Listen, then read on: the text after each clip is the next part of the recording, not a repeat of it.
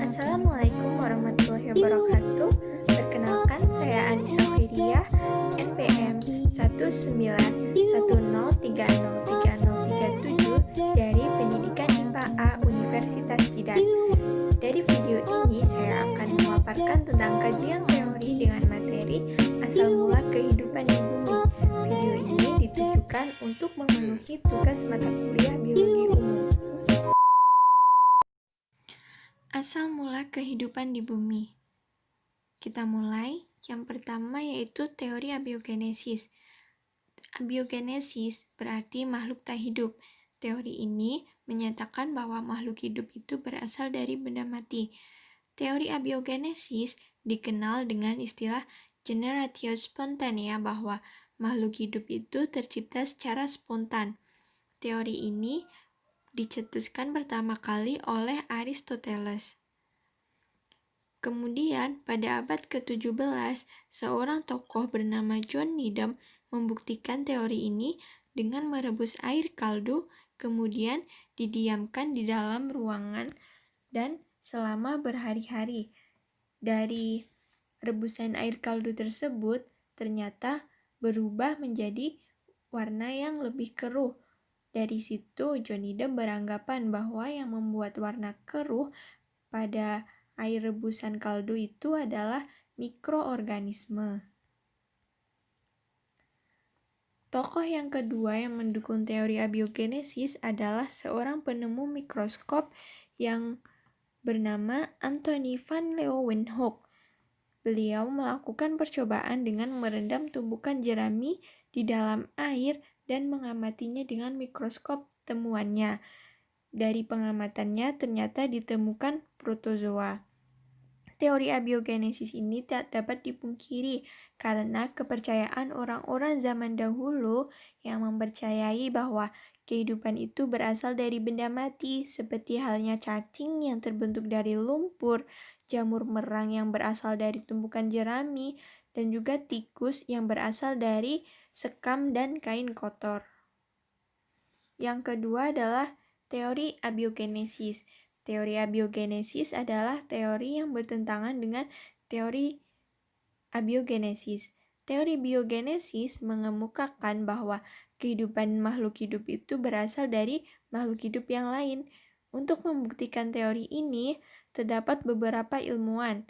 Yang pertama, Francisco Redi, yang melakukan percobaan dengan memasukkan daging ke dalam 3 buah toples. Toples yang pertama dibiarkan terbuka, toples yang kedua ditutup rapat, dan toples ketiga ditutup dengan kain agar udara tidak bisa masuk ke dalam. Agar udara tetap bisa masuk ke dalam. Dari percobaan Redi, didapatkan hasil yaitu toples yang pertama menunjukkan daging yang membusuk dan dipenuhi dengan belatung. Toples yang kedua, dagingnya membusuk tanpa belatung karena dalam kondisi toples tertutup rapat. Dan toples yang ketiga, terdapat belatung, akan tetapi belatungnya itu tidak di atas daging. Belatung yang muncul itu berada di atas kain kasa yang menutupi toples tersebut. Dari percobaannya, Redi menyimpulkan bahwa makhluk hidup itu berasal dari telur makhluk hidup lain. Tokoh yang kedua adalah Lazzaro Spallanzani. Lazzaro Spallanzani melakukan eksperimen untuk menentang teori Needham. Sama halnya dengan Needham, Lazzaro Spallanzani melakukan percobaan dengan air kaldu. Menurutnya, dalam perebusan air kaldu pada percobaan Needham, waktu yang dibutuhkan kurang lama, dan Needham tidak menutup wadah dengan rapat, sehingga tidak semua mikroorganisme di dalam air kaldu mati, yang menyebabkan dari percobaan Needham itu muncul mikroorganisme yang membuat air kaldu menjadi keruh. Spallanzani melakukan percobaan dengan cara merebus air kaldu. Yang pertama, yaitu air kaldu tidak dipanaskan, kemudian ditutup rapat. Setelah beberapa hari, kaldu akan menjadi keruh karena tumbuh mikroba. Kemudian, praktikum yang kedua dilakukan dengan cara memanaskan air kaldu hingga mendidih dan botol dibiarkan terbuka. Setelah beberapa hari, kaldu menjadi keruh atau tumbuh mikroorganisme. Kemudian percobaan Spallanzani yang ketiga adalah dengan memanaskan kaldu hingga mendidih dengan ditutup rapat. Ternyata dari percobaan ketiganya itu, air kaldu tetap jernih dan tidak muncul mikroorganisme. Dari percobaan Spallanzani menjelaskan bahwa mikroorganisme yang terdapat di dalam air kaldu itu berasal dari organisme yang ada di udara. Selain itu, menurut Spallanzani bahwa kehidupan yang ada itu kemungkinan berasal dari kehidupan sebelumnya. Dengan kata lain, mikroorganisme yang ada pada percobaannya itu dibawa oleh udara dari makhluk hidup lain sehingga menyebabkan kontaminasi pada air kaldu. Tokoh yang ketiga adalah Louis Pasteur. Louis Pasteur melakukan percobaan untuk menyempurnakan percobaan-percobaan tentang teori biogenesis sebelumnya seperti teori biogenesis Lazzaro Spallanzani.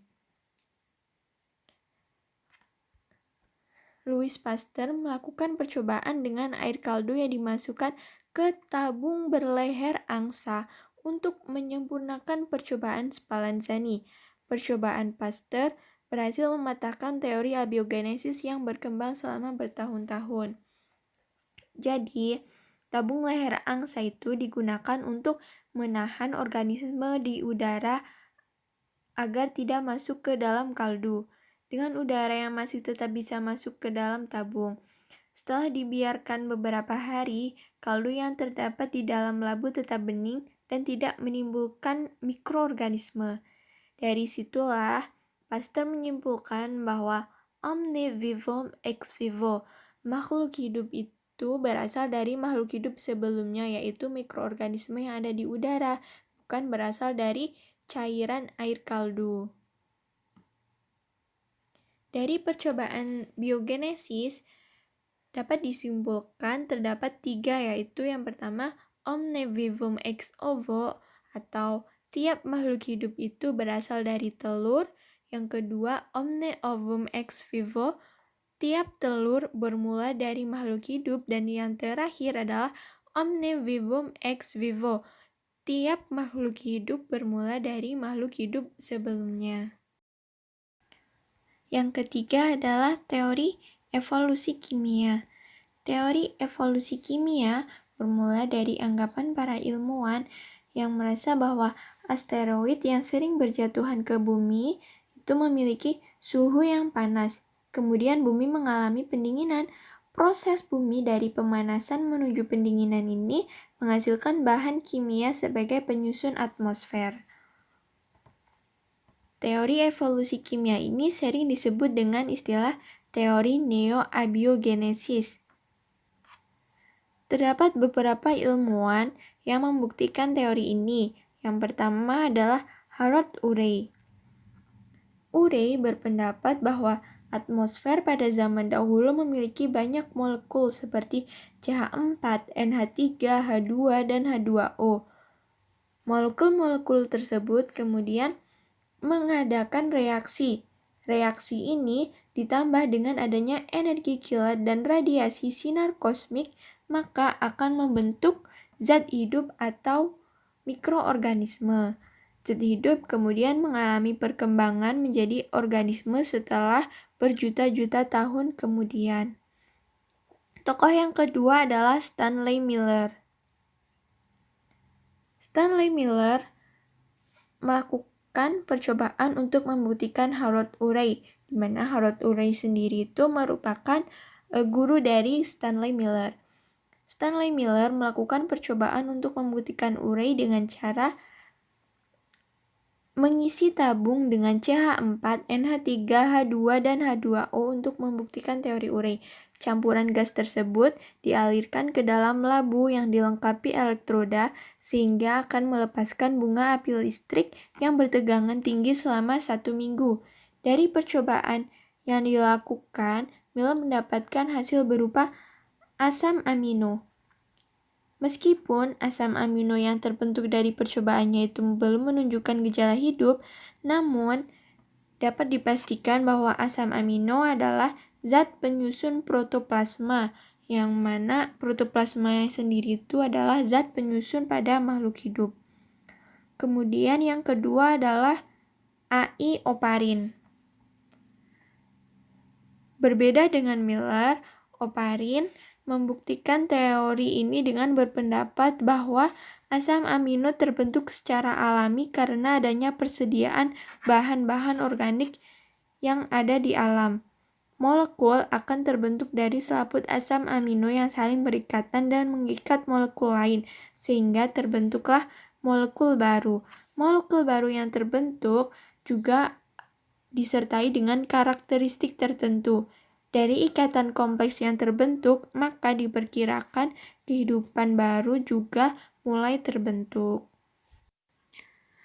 Selanjutnya, teori yang keempat, yaitu teori panspermia.